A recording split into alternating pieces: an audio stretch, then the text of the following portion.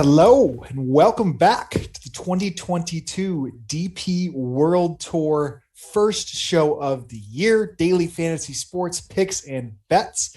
I am Skylar Hoke. You can find me at Skyhook DFS on Twitter. And I'm joined from over the pond by my good friend Tom Jacobs. It is great to see you.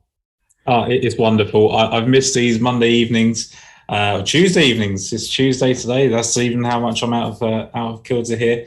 We're live this time. Big event. The Abu Dhabi Championship and a new season, right? And there's a lot to be excited about. Absolutely. Of course, it's been 5 weeks, maybe 6 weeks since we've last done our show. Unfortunately, one of the most exciting parts of the year was taken away from us. We didn't get a chance to pour one out for the South African swing that had 2 rounds of its promised 12 for us. Fortunately, COVID did take that away, not from just us, but, a lot of the players that we are looking forward to having a huge year in 2022. So I guess from the top, I'm not coming in with any race to Dubai selections, as we've had some odds that are available. Not really many stateside, but just such a amazing start to a season that we have here with bigger events off the top. But, the longevity of what we're going to provide each and every event is just something to look forward to every week. Yeah, I think it's one of those ones where it kind of feels like cheating for the DP World Tour that you've got kind of Rory, Morikawa and Hovland to start the year, right? And this is something that guys, we don't want to get used to that because we love the intricacies of the DP World Tour and the long shots people don't know and the regulars that we're not going to see as much in these kind of events and focusing. But it's great for the 2 or 3 weeks that it happens, right? And the best thing about it for us is that it boosts the value of everyone else down the odds board. So as anyone that's probably watched this show, they probably know that we're not going to be going straight off the top of the favourite, maybe to our fool's errand. But, there's plenty to like about it. New golf course as well, something for us to dive into. Not sure how much you know about Yas Links. So it's a lot of guesswork for me, just reading a lot of quotes and things like that. But should be a good course, good venue for the tournament. Yeah, 100% agree. Without further ado, I'd always like to plug kind of the support that we can get from our loyal listeners. We had so much fun interacting with everybody. Please feel free, pound us in the chat. We can answer questions throughout. You can follow us on Twitter, like I mentioned mine off the top. Tom, what's your Twitter? Tom Jacobs 93. Perfect. Okay, and if you can subscribe, rate, review. If you're listening to us, of course, live on YouTube right now, this will also go on Daily Fantasy Sports Picks and Bets, the mix audio version. You can find us on there every single week if you're more of a podcast listener. So we appreciate the support from the top and looking forward to interacting in chat. And one perk of doing it on Tuesday, as well as DraftKings salaries are out, we have some decent contests available for the week. So we don't really have to write off the top of the board from our analysis standpoint. We can talk a little bit on who we prefer, maybe from a DFS perspective. But let's dive into Yas Links, to your point. New course this year, not something that we have seen as we kick off, in Abu Dhabi. We're going to be looking at a par 72, right about the same length of what we dealt with before, 7,400-ish yards for the week. But this one is its own island. It's on Yas Island, right? I believe it was what referred to, and it's going to be some wind over the course of the week. Really excited how it plays out. But Kyle Phillips designed. Outside of that, though, we're just kind of playing a guessing game. What are your thoughts right now on the course? So basically, the main thing that I've kind of gone to is Kings Barnes. It's part of the Alfred Dunhill Links rota. Every single guy that you hear talking about Yas Links talks about Kings Barnes, to the point where Graham McDowell actually said that when he shuts his eyes, he can see plenty of Kings Barnes, which makes absolutely no sense and every sense at the same time. I think that's the best thing to focus on. It's certainly weighted a lot into my selections this week. Just a word on some other courses that he's done. He did the Grove, which was 2016 British Masters. Vadura, I think it's called, the Rocco Forte Sicilian Open 2017-2018 as well. And he's also done a couple of the Dutch Open courses, particularly the one that we just saw in 2021. We had some exciting golf there. So that might just allude to some of the picks that we're going to make further down the board. But certainly, I think it's great, right, that it's actually going to be what seems to be a fairly true links test, as much as it can be outside of the British Isles. I think it's gonna be great. Yeah. First question pops in the chat regarding cut rule for the DP World Tour. Same as what we work on the PGA Tour. You know, he said 132 players. Nope, it's going to be that T65 rule. I know at events it differs a couple of times between 65, 60, 70, but similar to the PGA, where about half that field is going to be cut for us. It's great to see you guys. You know, Trevor gave us some love. David Harrison, good to see you guys there. Patterson's in the chat, already giving us a Guido chant. So, you know, we're on to the year as we get going, but, you know, so let's walk through then the top of the board. I guess, you know, if you see the odds board, you know, Colin Morikawa, the longest we had him this morning stateside was 7.5 to 1, Rory McIlroy 8 to 1, Victor Hovland 11 to 1, respectively. On DK, it goes Rory, Morikawa, then Hovland at 10.9, 10.8, and 10.5. Pretty, you know, decent DFS prices for favorites in a field. Do you have a pick of the litter?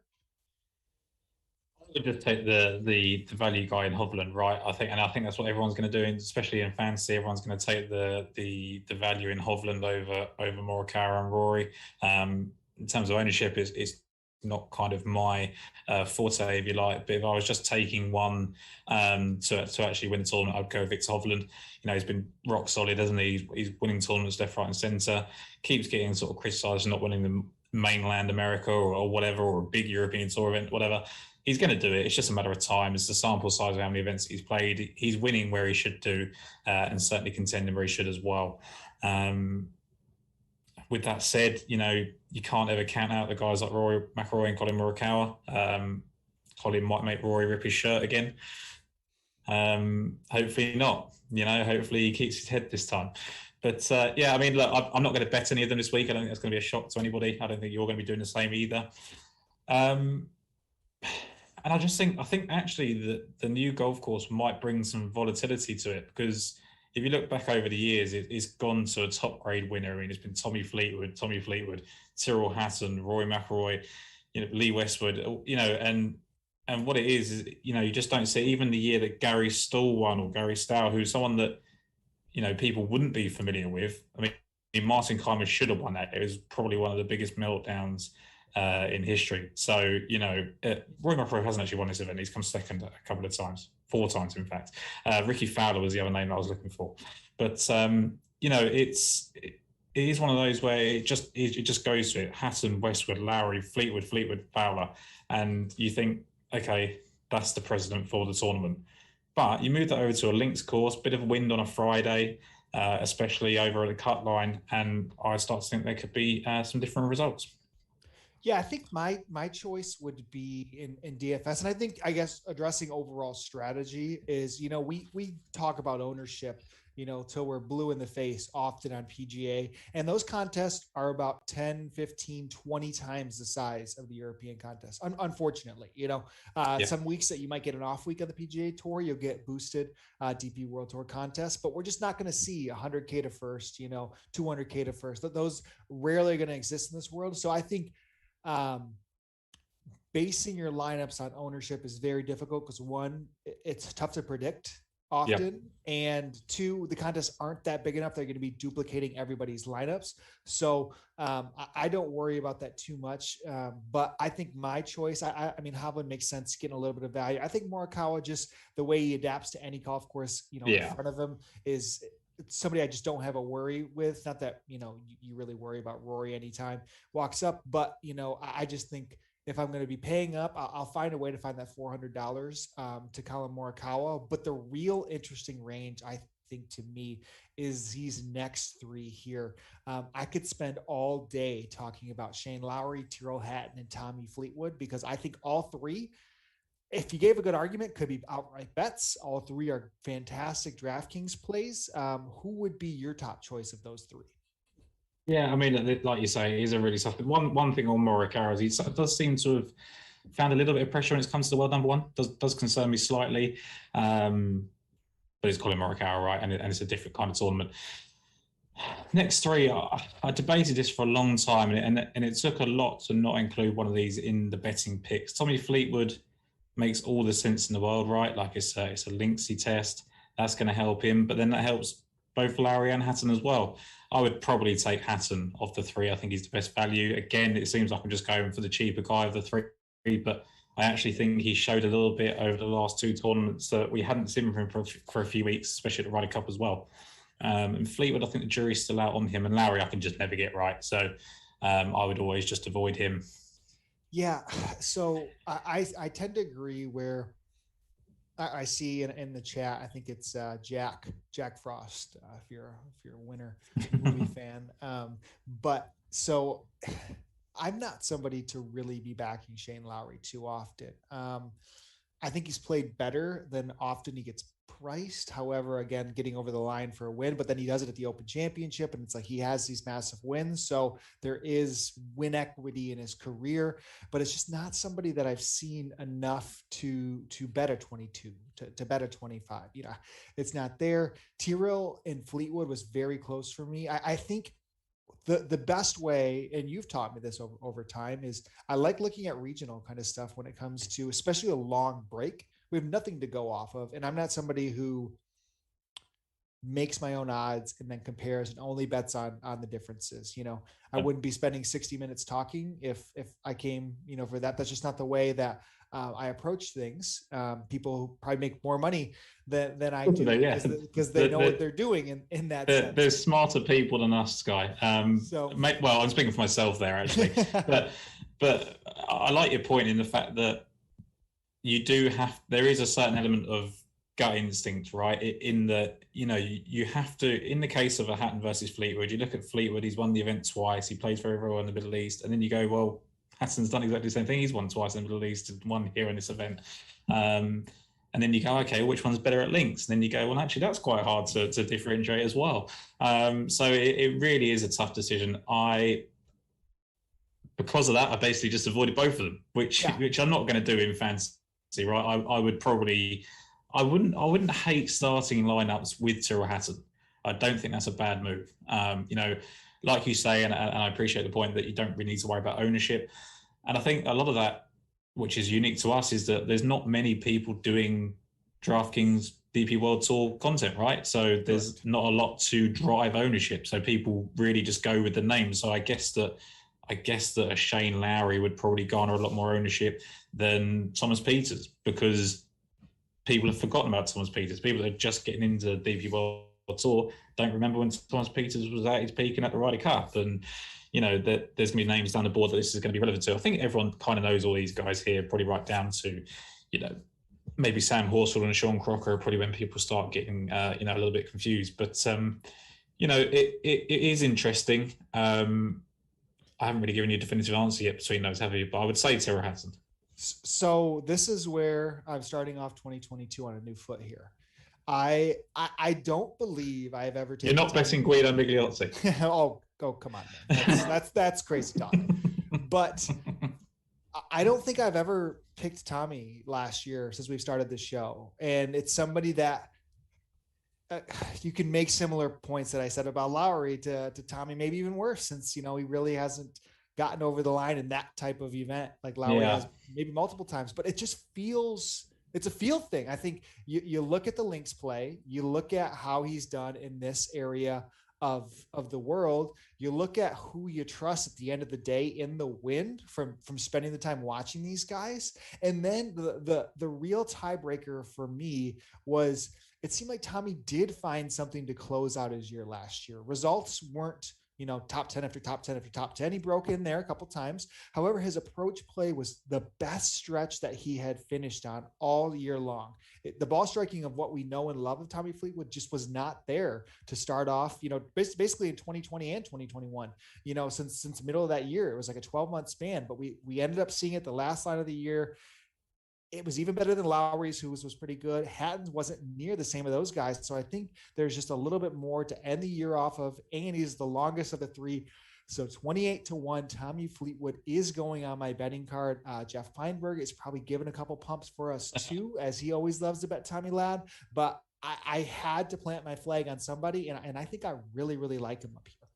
So the other thing I kind of like about Tommy as well that I'm sure you've probably considered, is this kind of the fact that he's so close to dropping out of the top 50, right? Like, it's not, I don't know the kind of weightings and how that could happen and things like that, because, you know, the Nosferatu and people like that are much better. But he's 41st in the world, right? In the world rankings.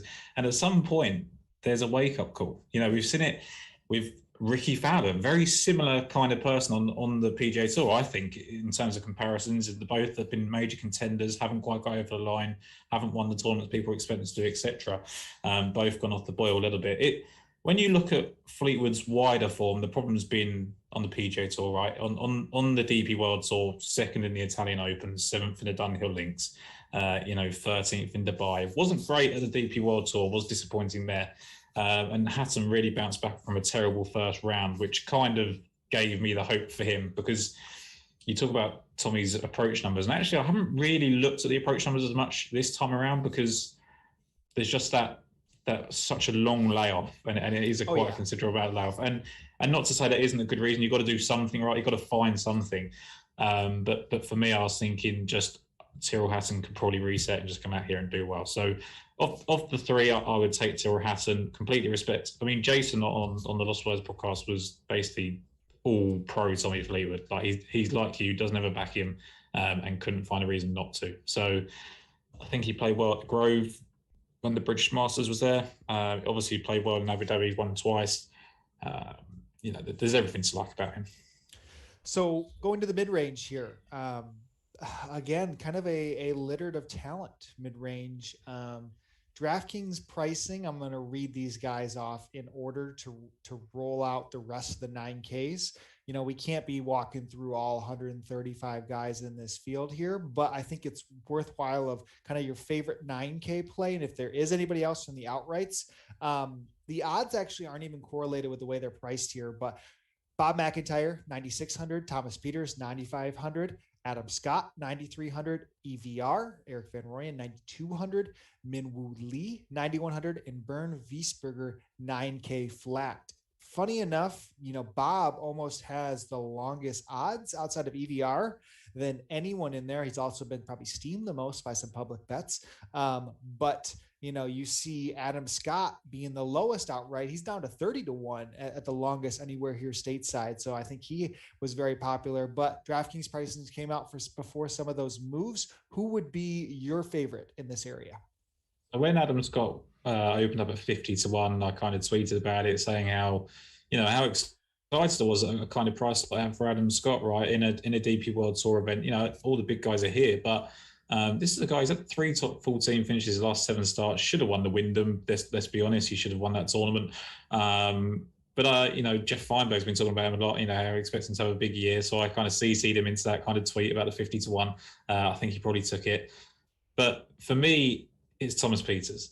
I just think Thomas Pieters is going to have a huge year, and it's mainly Phil. I mean, you spent quite a lot of last season sort of waiting for him to come back, weren't you? And you noticed a few things, and he kept popping, and then didn't quite do it. And all of a sudden, he sort of ended the year with that win in the Portugal Masters, and then he came back at the DP World Tour, and he shot opening 73, but bounced back really well and played well to finish 15th. So to me, he's kind of just been piling on results, like 9th at Wentworth, 9th at the Dutch Open, which is another Carl Phillips design, as we spoke about earlier, 16th Mallorca, wins Portugal. Not great at DP World Tour, but 3 top 5s in this event in the past. I just really like him. I just think it's a good place for him. I think that the 2023 World Cup, the Ryder Cup, is a realistic aim for him, and something that he will actually be going for. And I think that if we can get an informed Thomas Pieters, that'd be huge for the European team. I will throw this out now. If our fans or listeners want to meet at the 2023 Ryder Cup, I'm in. Let's get this going. Tickets, public sale, are coming out soon. I will be happy. Tom and I think Tom already volunteered to paint it all green, and then I'll go red, and then Axis will go white. We'll get the whole flag out there for it. But so I agree. I think there's just the pedigree, of course, with Adam Scott. EPAT said he's 35-1 still on the Score app, which is available here in the States too. But I still need a little bit more, in my opinion, in this range. I like the angle with Pieters. I hope he has a big year because we know the sky high upside. My first 2 bets almost break 2 rules that I was going. I wasn't allowing myself to bet Bob McIntyre at the latter half of last season. It was just something where we just never saw form, really, until literally the last event of the year. I would dare say we never saw form out of Robert McIntyre. And the combination again of links pedigree and then looking at form in the area. Tour Tips, the website, sponsors Lost for Words with you guys, just a phenomenal resource, brings in that course area. I mean, Bob McIntyre has 7 top 25s in a row in this area, one of them being the 4th that finished the year, a 3rd place, another top 10. Of course, we know what he's done in the Open Championships. He's not going to be afraid to play in the wind. I just think a lot lines up. 40-1, potentially low for what it is, but I can't get away. DraftKings, he might be excessively priced in my opinion versus some of those we could use another $300, $400, $500, especially if you're jamming in Fleetwood, Hatton lineups together. You're going to have to drop down, but Bob is probably my number one. When I was just going down the same route of Fleetwood, it was like, I just can't not make this decision on betting him here. My slight problem with McIntyre, and I was the opposite of you. I was trying to talk myself into backing McIntyre this year and kind of putting my previous predispositions about him behind me, because I think he is kind of coming out of those. And it looked for a long time. We mentioned that he was going for the PGA Tour card through the Corn Ferry, and he got caught up in it, right? It's very easy to see. Then he finished 24th in Dubai, warmed up for the DP World Tour Championship, finished tied 4th, and it worried me how he was on the final day. Like, he shot 71, and many people struggled. Like, it wasn't just him, but it's the putter, right? And he's always having a go at himself, saying like, "Oh, I was so close," and it's like, it didn't even touch the hole. Like, it wasn't even on the right line. Like, and that concerns me, but he will just put it together. Like, ultimately, you find these golfers that he has the modern day skill set. Hits the ball incredibly well, flushes his irons, when he's on form, has a great short game when he needs it. And the only concern for me is that, like you said, he's 9,600 here on DraftKings. And I think, I don't know what quite, we've got some 40-1 over here, but I think he dropped to 30-1 in most places. Bernd Wiesberger, right, it's 9,000. And I don't quite know why he's not the same, if not more expensive than McIntyre, which, if ownership was a thing as much on the DP World Tour, then that would probably be a pivot play for me, because everyone knows Robert McIntyre and everyone knows Bernd Wiesberger just played in the Ryder Cup, right? But I just think that he's probably being overlooked a little bit based on maybe one bad week. Yeah. I think the only understanding of ownership normally comes from everybody betting the same guy. And then if they're really highly priced, I think that could be if Bob is going to continue to get this steam here, maybe this is an opportunity where you would look to other comparable plays in the 9Ks. Like, I wouldn't galaxy brain it though. If you're really big into McIntyre, still definitely get your exposure on DraftKings to him. Yeah. But the other standout play to me, and we bet him a ton down the stretch. Maybe we is a stretch. I bet him, I think, about a month straight. I almost actually, for those that took in the Mayo Media, the draft that we did over here on some of the US guys, in the last selection, I wanted to pick one guy on the DP World Tour that I thought would make an impact. I just don't know if the starts are going to get there, but Min-Woo Lee, man, he would be my Peters of the range where, I mean, he could win the race to Dubai. He could be top 30 at the end of the year, making regular starts stateside. His talent is sky high. Had a nice warm up last week in his home open, finishing inside the top 10. I think inside the top 5. I think he finished 4th. Jed Morgan ran away with that thing. But it was nice, just to get out there, get some competitive rounds under your belt. He comes with a phenomenal short game, somebody who grew up playing all the time in the wind. If you remember, his first ever win was just, absolutely blowing. Brutal. His stingers that he had to hit will be useful this week. And then where's this other win come? Links Track, Scottish Open, where he really, thrived in the elements. So I think it's a phenomenal combination between those two. Is he the most consistent week to week? Potentially not, but he had that stretch to end the year that was sky high. I think he could start the year again like that. And then if that happens, I could easily see a meteor type of year. He's going to Augusta already. So I'm putting a flag plant on Min-Woo for the whole season, I think. But eventually we're just not going to get these numbers to bet on him. Yeah, I mean, the thing for me with Min-Woo Lee was, in terms of long-term, race to Dubai, I just wonder how he's going to be in the majors this year. Like, it's going to be, it's going to be a new arena for the most part. And, the Open Championship will suit him. Augusta will probably suit him. Whether he can do it in the stateside on the PGA and US Open remains to be seen.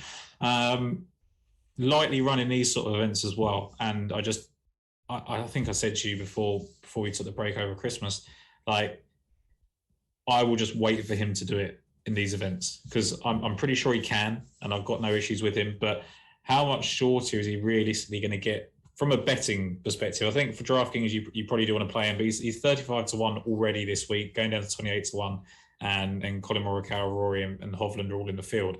There's going to be a really strong field in Dubai. If he has one average week this week, can we just go and take him to Dubai? I know that's the kind of strategy that I've taken for so long, and it seems to not pay off because I just miss the guys eventually. But I do think that he can go out to kind of when he gets like a 50 or a 61 for a tournament, even if he goes and plays on the PGA Tour and gets to like an 80 or 100, like I would probably just take him there, because I think that the value is slowly going on him.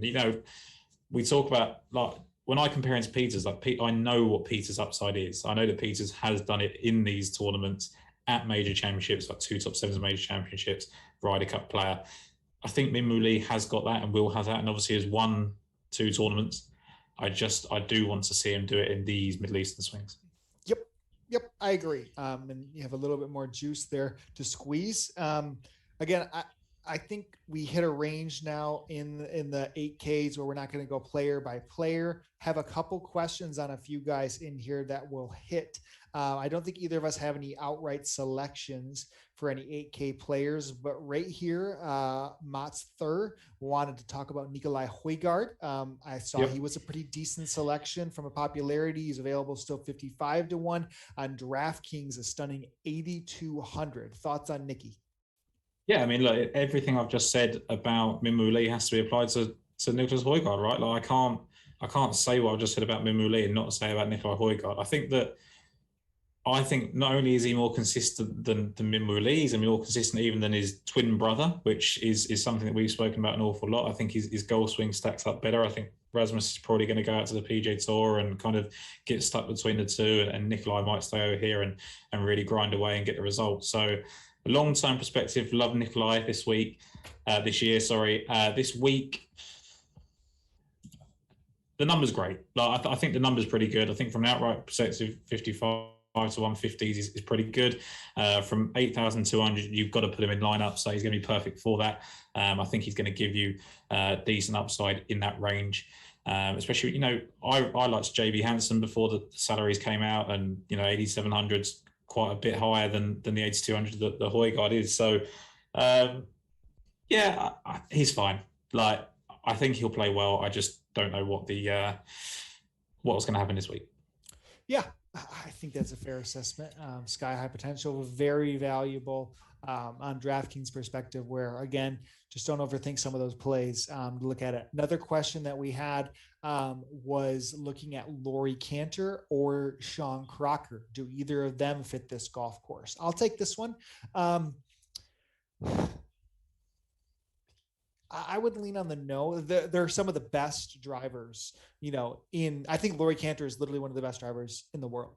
He is phenomenal. I mean, Crocker, that's the name of his game. I think you just need more of a short game here, and that is where both of those guys struggle mightily. I mean, if it wasn't for having to putt and maybe chip sometimes, those guys would probably be in the top 5 players on the tour. So I have a tough time getting there on courses. If you get a really demanding off the tee course in a really strong field, I would be betting these guys weekly, 100-1, 80-1. I think both of those guys can be extremely valuable in those type of fields when it's demanded on a Valderrama, something like, Valderrama, I guess, really means short game, but you've seen Crocker compete there because you need the driving. But any of those courses type of things, I think those guys can compete with the best in the world. This week is just not for me there. No, I mean, look, I basically echo everything you say. Like, if Crocker won and I wasn't on, there's 110-1 over here, and he won, I would probably be pretty upset the amount of times that we bet him. Laurie Cantor, I'll just let win. Like, I have no real affiliation to Laurie Cantor. I appreciate the skill set that he has. I do think it's overblown a little bit. I think he succeeded a lot when the the tour was reduced in who was playing, in the fact that they played a lot of resort courses, has played well since it kind of went back to normal. Obviously, he had that chance at Wentworth, but we saw how that went down. I need to see him win to think of any sort of winning upside. Like, I would pretty much trust everybody in that 8K range over him to win, maybe barring Crocker, interestingly. Yeah, I mean, you are looking for the right skill set. He has it. But like you say, I think both of them are probably better when, a bit like to give an analogy for people that, you know, don't maybe follow DP World as much, like a Corey Connors or an Abraham Answer. Like they're much better when it gets tough, because their elite ball striking will come to the fore. That's how I would play those guys. Yep, that's a great analogy there when looking at it. I don't think we need to spend a ton of time on the 8Ks, because we really like some of these guys up top. We're going to be jamming them into the lineups. You know, even the 9Ks, we had multiple picks. I think this range, you mentioned Joaquin B. Hansen, he's in here. That could be a decent value at 8,700. You know, shout out him for giving us a winner to close out last season. But I think my other selection from just a pure value standpoint is, I just think Ian Poulter's a better player than a lot of the guys he's surrounded by with. I think a ton of them have upside. The consistency you get out of Poulter, the short game that we know out of him, I would trust him the most here. But let's go into the sevens.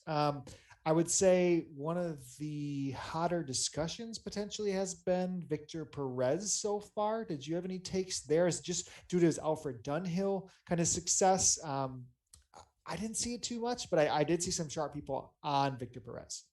So Victor Perez came up because he opened up at 100 to 1 and then quickly went down to kind of 66, which is probably what it should be. Still 90 to 1 over here in the States. Yeah, and he has that winning upside that you always want from a long shot bet, right? We know he can do it. He lost a lot of momentum when he missed that Ryder Cup. Like, you could just tell the energy just got sucked out of him. 49th at Wentworth, miscut. One of those being at the Dunhill Links. Then he kind of brought it back with an 8th for the Portugal 24th in Dubai Championship. Then was struggled at the DP World Tour as well.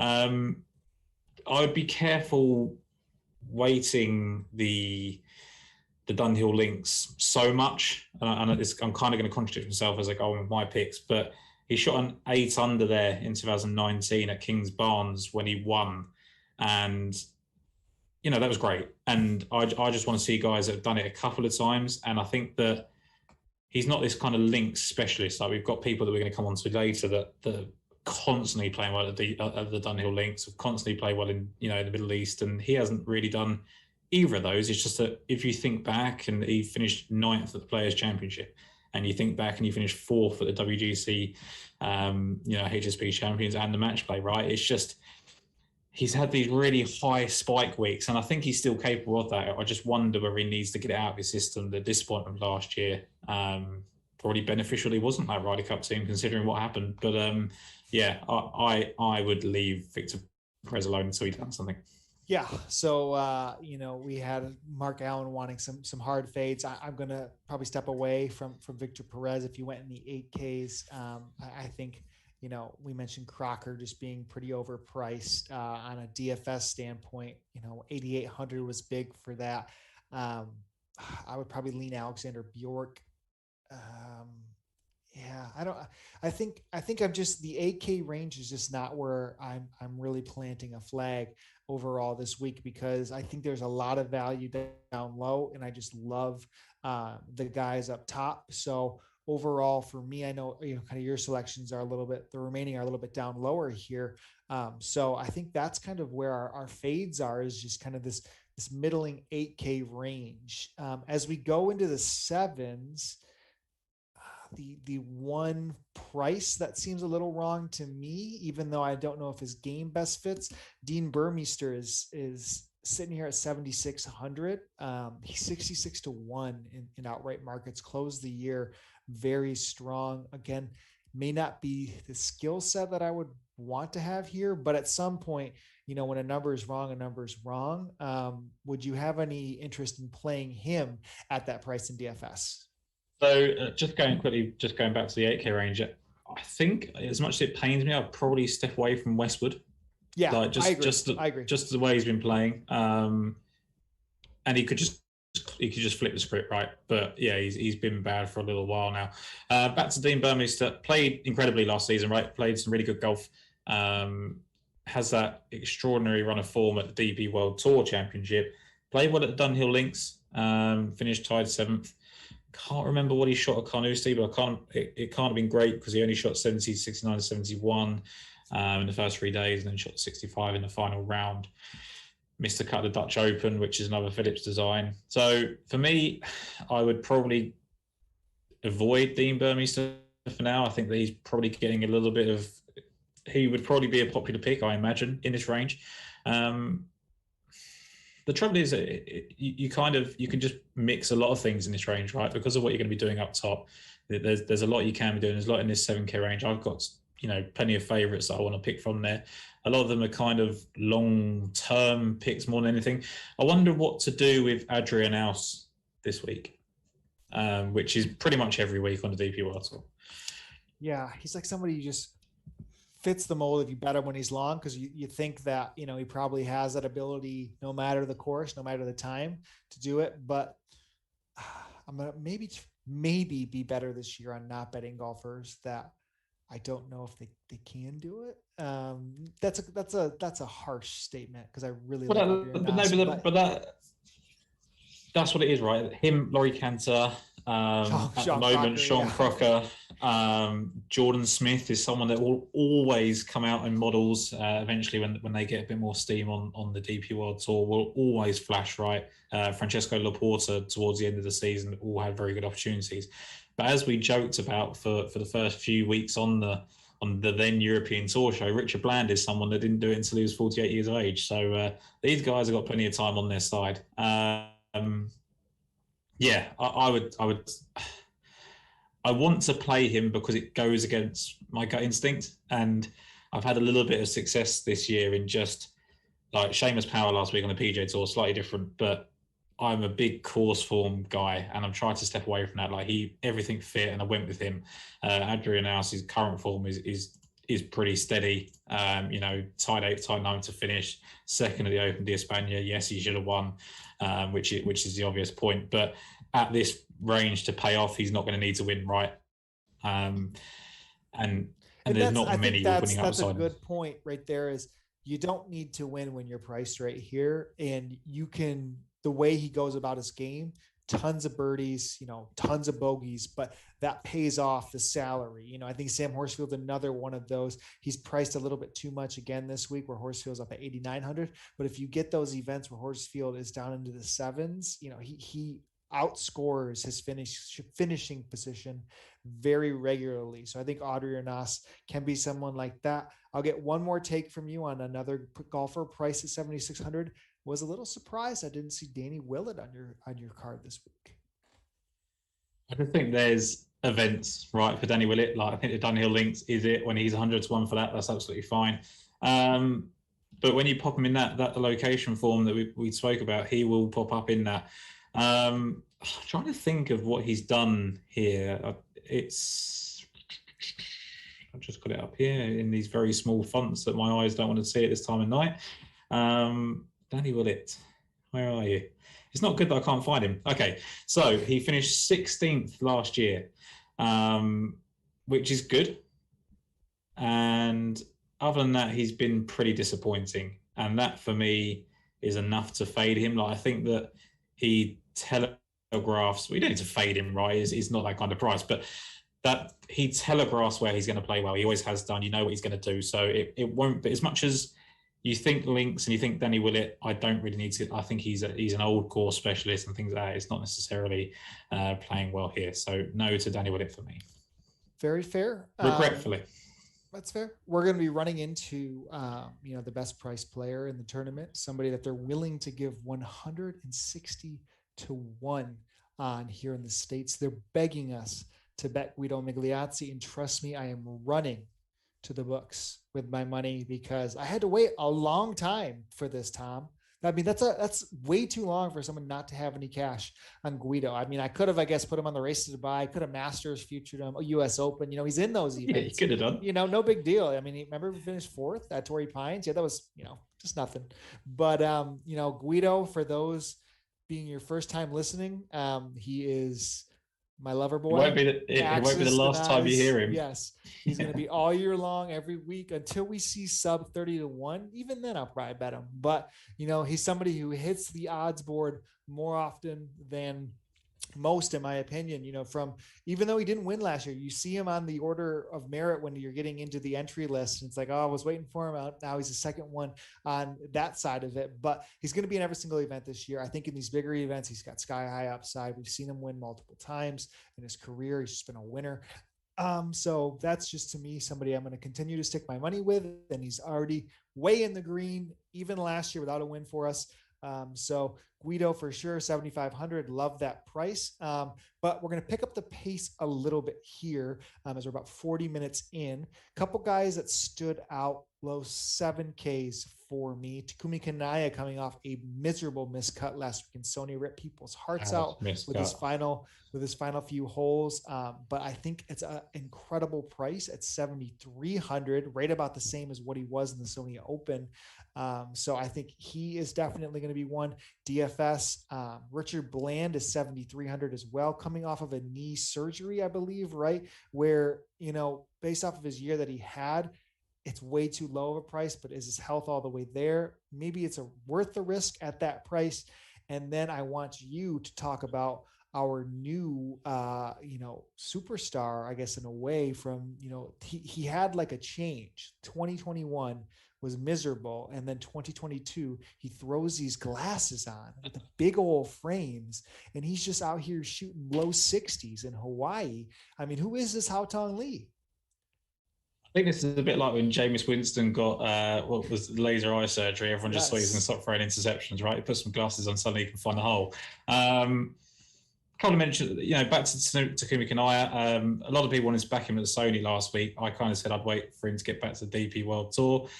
I bet him in play actually last week because he was 4 under, and he was one of those guys that I thought could make a run, and he missed the cut, and I hate him. But that's good. He'll come back here and do okay.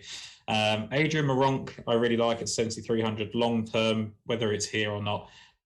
Somebody did bring up Maronk. They said they're on the same Guido pathway with Maronk. They bet him until he's going to win. I think he is going to win this year. It might be at a course though, like Crocker and Cantor, that require that off the tee skill a little bit more. But I think Maronk's got a better short game, a better putter than those guys do. I agree. I think he's a guy that just gets hot, right? You just get, pile on 5 or 6 birdies. Haotong Li, right? Let's dive in on Haotong Li. Let's get it done. He has, he's just brilliant. He was great in links back in the day. Back in form now, as you just alluded to with his Sony Open last week. 8 under at Kings Barnes last year. 8 under as well on day one at the Rocco Forte Sicilian Open, both Carl Phillips designs. He was 3rd there that year in that event. I love Haotong Li. I think he's a great player. I don't think the pressure is extreme as someone like a Matsuyama, but when you're a Chinese hope, I think there's kind of a pressure that comes with that, especially when you're contending in major championships like he has done. If everyone remembers him getting bullied on the range for spending so much time there. I think the upside with Haotong Li is a win. He's beaten Rory McIlroy in the past. People might forget that. Is it 26 hours or something ridiculous, the flight from Hawaii to Abu Dhabi? I don't know whether that's stopping or whatever. I'm no flight path expert, but that would be my concern. And the only thing I've done with Haotong Li is that if you're going to bet him outright, just bet him first round leader as well, because he might just be able to get through one round, bit of momentum, and then just fatigue kicks in at the end. Mention that 8 under at Kings Barnes, 8 under at Vidura as well. I think he can go low on the first day. So that's how I would play that. Yeah, and he easily could have been opened at half these odds based off what he was doing in the summer. 100%. I thought they were going to put prices up early because, we had this field for a little bit. And if they would have, I bet, Haotong would have been an instant bet being inside the top 5, most of that event. But yeah, I think he's strong. And what was interesting about him, he did finish the year with the 2nd place in the Volvo China Open on the Chinese Pro Tour, which is good to get that out of the way. And another person in this range, and they brought it up in chat for us here, who mentioned it? It was Seb Max brought up the fact that That Kiradesh Afi-Barnrat won an event to close out the year last year. I think he's got some sneaky form. We saw him at the BMW PGA. Maybe should have won that. That's harsh. Billy Horschel played so well on Sunday. No, he should have won that. Yeah. So Afi-Barnrat, I think in this range, I think he's an exceptional play at 7,200. We have some of the old guys. Again, Richard Bland was in there, Charles Schwartzel, Henrik Stenson, mixed around with the young guys. But you have a selection who is really good off the tee too, but an evolving short game. I think last year was big steps for this golfer. Shinkwin is a guy that I like. In terms of links pedigree, shot that 600 at Kings Barnes, and he was second at the Scottish Open in 2017, lost in a playoff to Rafa Cabrera-Bello, who we didn't really touch upon, at the Dundonald Links, which is another Kyle Phillips design. He's a guy as a junior there was a lot expected of him. People really thought he was going to come through, and I think people wrote him off pretty quickly. Then he goes and wins in Cyprus 2 years back now, or a year and a half back, and he was pretty miserable after that. Like, everyone expects that to be the coming out party, and it wasn't. And here we are again with him at 7,100. Very inconsistent. Like, I think that the betting upside is better than the fantasy play, but I think there's enough value, right? You look at the 37th at the Andalusia Masters, 17th Portugal, 31st Dubai Championship. Like, he's been solid enough. 39th at the Alfred Dunhill Links. So he's been solid enough just to plug him in there at the 7,100. I'm pretty sure he can compete on a link style layout. The three golfers I'll quick mention again down in this range. I think if I'm building, kind of a player pool out, again, it's very heavy to the guys up top, and it's going to be in those 7K range here. Julian Brunn is 7,200, exceptional challenge tour year. Really like kind of his consistency that he showed. I think going back through here, we mentioned Hao Tong Lee, of course. Thorbjorn Olesen, I think, was very close to being on betting cards for me. If you looked again at extended links play and extended this location of the world play, he does kind of fit both of those. He got the weight lifted off his shoulders with the allegations now dropped. So maybe he has kind of a renaissance year. Looking at Matthew Jordan is arguably one of the sneakiest best links players that exists out there. He's done it since Challenge Tour, even getting starts. I can remember him at the Alfred Dunhill Championship doing well, but I could never get Matthew Jordan right. So I would kind of plant my flag with some of the other guys around there. And that brings us into one more at 7K. Another golfer that closed out the end of the year with a win was Daniel Van Tonder.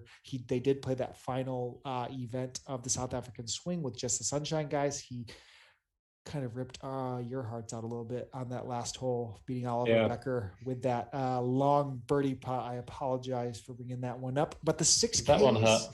I think the 6Ks are incredibly interesting. We both have standout picks to start this off. If you can give us your bull case for the last golfer on your betting card.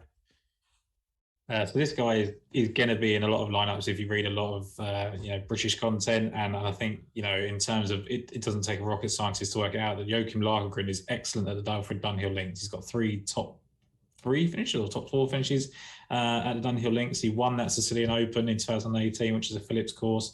10 under at Kings Barnes in 2019. So absolutely love Joachim Lagergren. It does say out next to his name. I'm pretty sure that is from when he withdrew in South Africa to get home. Yes, you're correct. He's got a tee time, yes. So do not worry about Joachim Lagergren. 6,800. He's brilliant. You don't need, as you mentioned off the top, I don't think you need to worry about ownership. Just play him, put him in there because he should be good. I don't really see any downside to Joachim Lagergren at that price.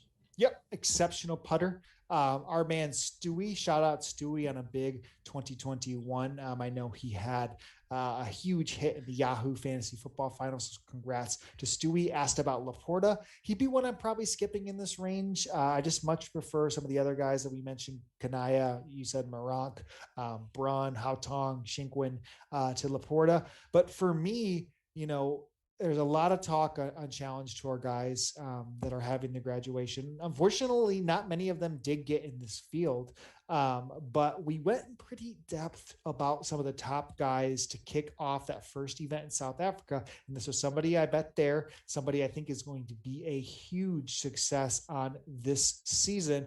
And it's Frederick Lacroix.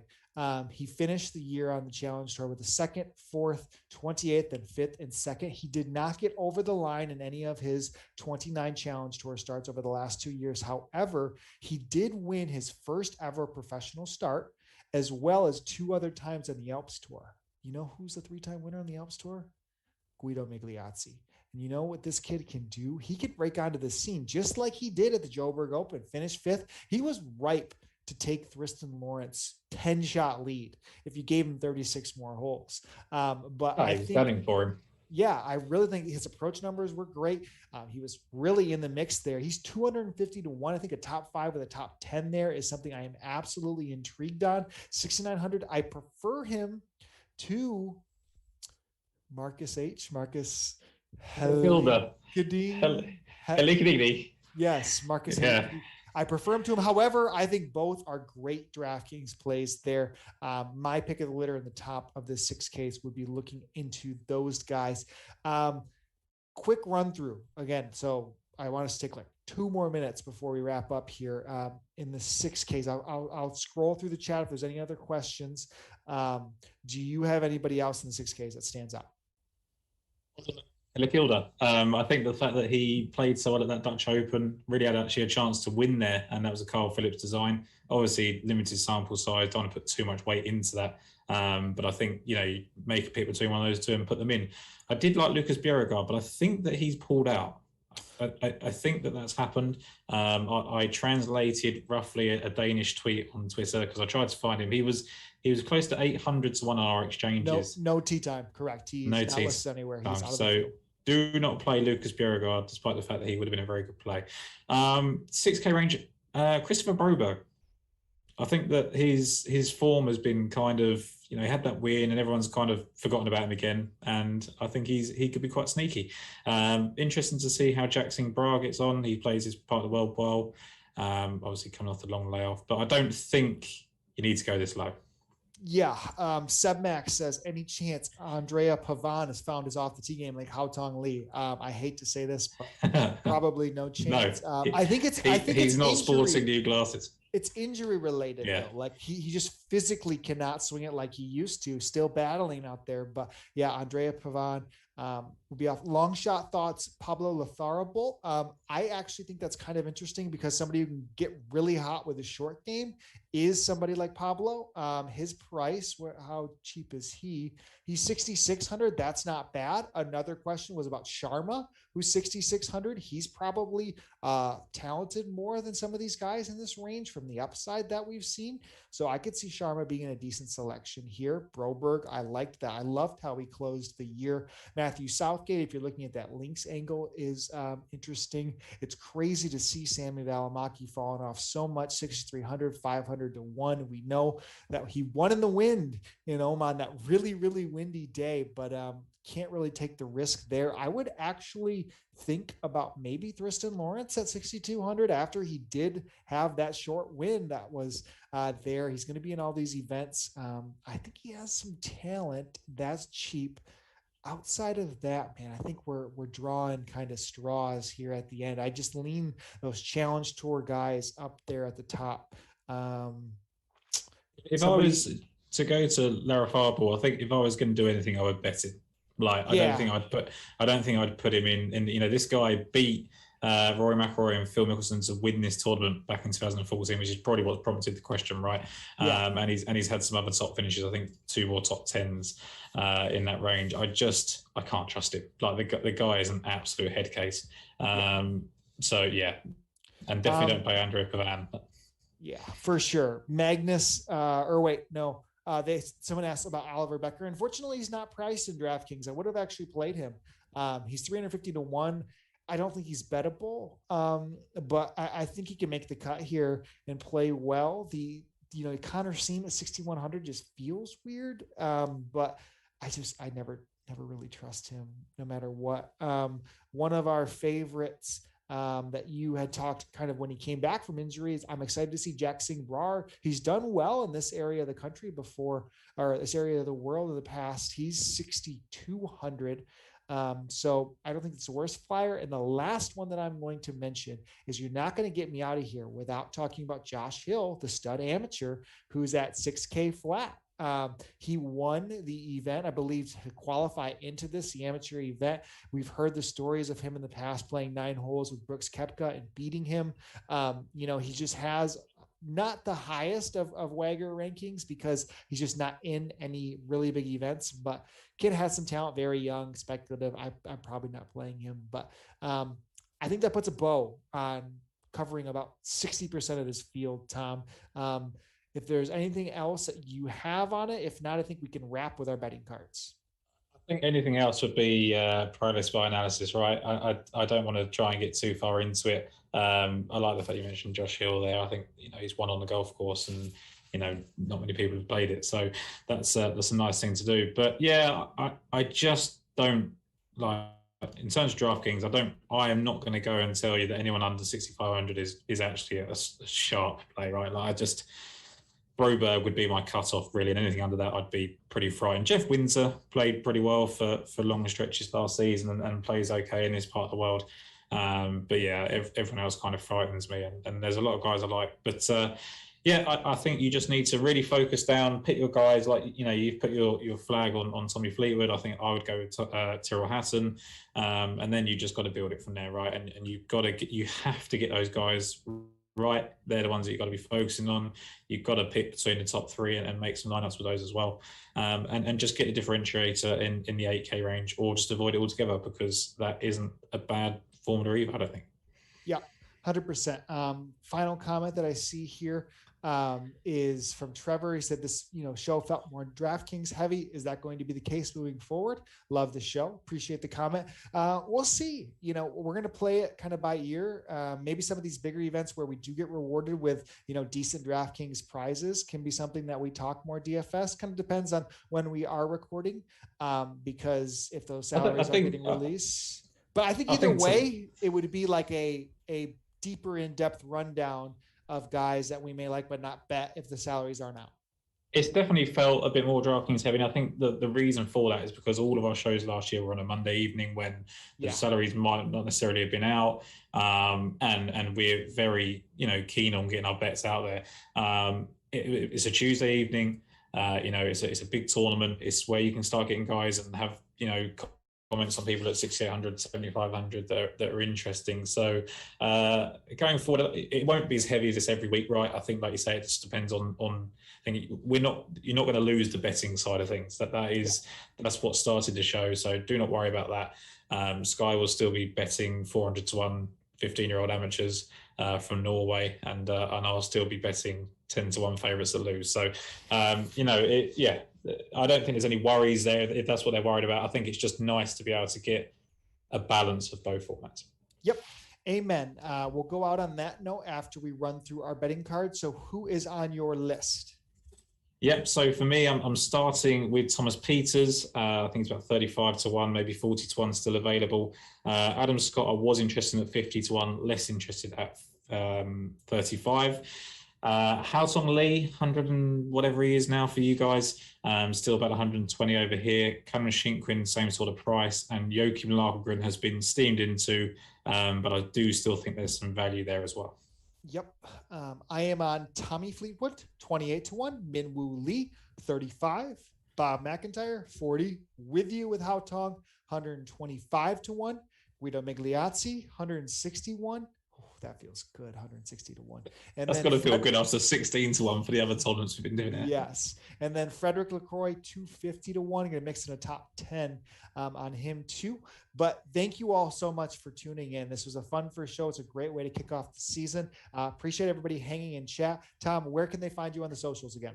Yeah, so it is Tom Jacobs 93 on Twitter. This is obviously this is my DP World content. This is where it starts and finishes.